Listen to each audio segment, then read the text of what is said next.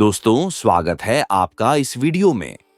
आज हम बात करेंगे उस फिल्म की जिसने एक बार फिर से दिखा दिया कि भारत की मिट्टी में कितनी गहराई, कितनी आस्था और कितनी रहस्यमय शक्ति छुपी हुई है। ये कहानी सिर्फ एक गांव की नहीं है। ये कहानी है धरती, देवता और इंसान के बीच के रिश्ते की। फिल्म का नाम है कांतारा, चैप्टर 1, यानी वो अध्याय जहां से सब कुछ शुरू हुआ। कहानी हमें ले जाती है सैकड़ों साल पीछे, 13वीं शताब्दी के दक्षिण भारत के तटीय इलाकों में। वहां एक राजा था, ताकतवर, बुद्धिमान, लेकिन अंदर से बेचैन। उसे सब कुछ मिला था, धन, शान, शौकत, सम्मान, पर नहीं मिला तो बस शांति। वो जगह जगह घूमता, साधुओं और मंदिरों में जाता, पर भीतर की बेचैनी खत्म नहीं होती। एक दिन वो अपने शिकार पर निकला और एक रहस्यमयी जंगल में जा पहुंचा। वहां उसने देखा लोग किसी देवता की पूजा कर रहे हैं जो किसी इंसान के शरीर में अवतरित होकर नाच रहा था। वो था पंजुर्ली दाइवा, जंगल का रक्षक, धरती का प्रहरी। राजा उस नृत्य को देखकर मंत्रमुग्ध हो गया। वो आगे बढ़ा और बोला, मैं इस भूमि को चाहता हूं, यहां मुझे शांति मिलेगी। देवता के रूप में जो व्यक्ति था उसने शांत स्वर में कहा, राजन, ये भूमि तेरी नहीं, ये मेरी है। इस पर मेरी आत्मा वास करती है। राजा झुक गया, बोला, मैं इसे धन देकर लेना चाहता हूं।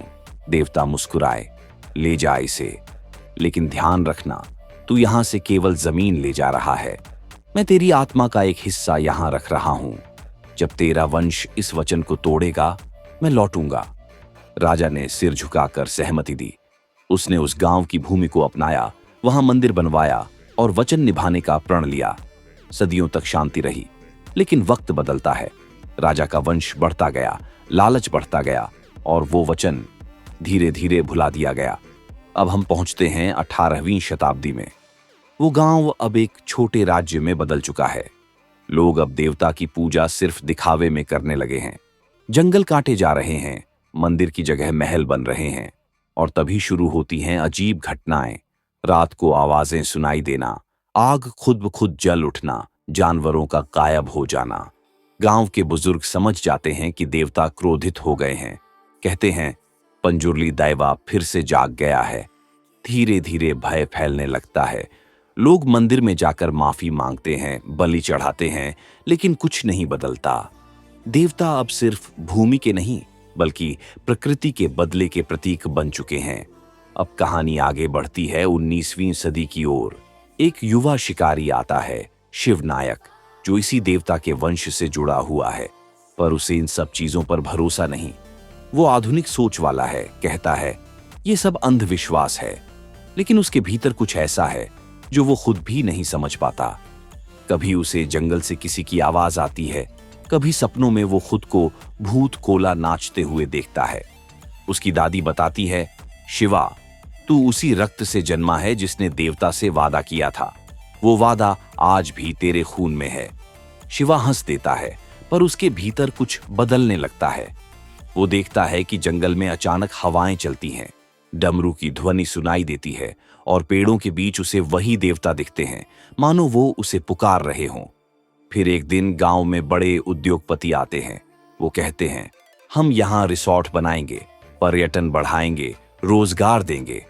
लोग खुश हो जाते हैं, पर कुछ बुजुर्ग विरोध करते हैं। ये देवभूमि है, यहां खुदाई नहीं होगी। लेकिन कौन सुने? सरकारी अफसर और पैसे वाले लोग साथ मिलकर बुलडोजर ले आते हैं। शिवा पहले तो चुप रहता है, उसे लगता है ये सब बेकार की बातें हैं। पर जब वो देखता है कि उसके पिता की कब्र, उसके खेत सब मिट्टी में दब रहे हैं, तब उसके भीतर का खून खौल उठता है। वो मंदिर की ओर दौड़ पड़ता है। वहां रात का अंधेरा है, सिर्फ दीपक की लौ जल रही है।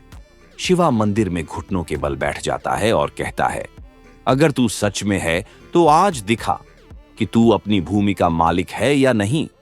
तभी तेज हवा चलती है, डमरू बजने लगता है और शिवा का शरीर कांप उठता है। वो बेहोश होकर गिर पड़ता है।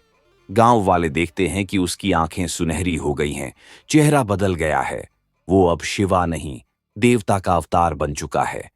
देवता के रूप में शिवा उठता है और उसकी आवाज गूंजती है, ये जंगल मेरा शरीर है, ये मिट्टी मेरा रक्त है और ये लोग मेरे बच्चे हैं। जिसने इन्हें छुआ उसने मुझे छुआ। वो बुलडोजर के आगे खड़ा हो जाता है। आसमान में बिजली कड़कती है, हवा चीखती है और मशीनें खुद ब खुद बंद हो जाती हैं। लोग डरकर भाग जाते हैं। जो भी देवता के मार्ग में आता है वो धरती में समा जाता है। इसके बाद गांव में भयंकर तूफान आता है। पेड़ गिरने लगते हैं, बारिश होती है, पूरा इलाका अंधकार में डूब जाता है। शिवा देवता के रूप में जंगल की ओर दौड़ता है और वहां पुराने राजा की आत्मा से सामना करता है। वो आत्मा कहती है, मैंने वादा तोड़ा था, अब मुक्ति चाहता हूं। देवता उसकी आत्मा को आशीर्वाद देते हैं, जा, अब तुझे शांति मिले। और उसी के साथ तूफान थम जाता है। सुबह होती है। गांव वाले मंदिर की ओर जाते हैं। शिवा कहीं नहीं है, बस मंदिर के द्वार पर उसके कदमों के निशान हैं जो अंदर जाकर खत्म हो जाते हैं। लोग समझ जाते हैं कि देवता उसे अपने साथ ले गए। वो मंदिर में एक नई मूर्ति स्थापित करते हैं जिसमें देवता और शिवा दोनों एक ही रूप में हैं। और तभी किसी की आवाज गूंजती है, हर युग में लालच लौटेगा और हर युग में देवता भी। फिल्म यहां समाप्त होती है, लेकिन दिल में एक गहरा सवाल छोड़ जाती है, क्या सच में देवता इंसान के भीतर ही रहते हैं, या जब इंसान अपने संस्कार भूल जाता है तो वही शक्ति उसे दंड देने लौटती है। दोस्तों, कंटारा चैप्टर 1 सी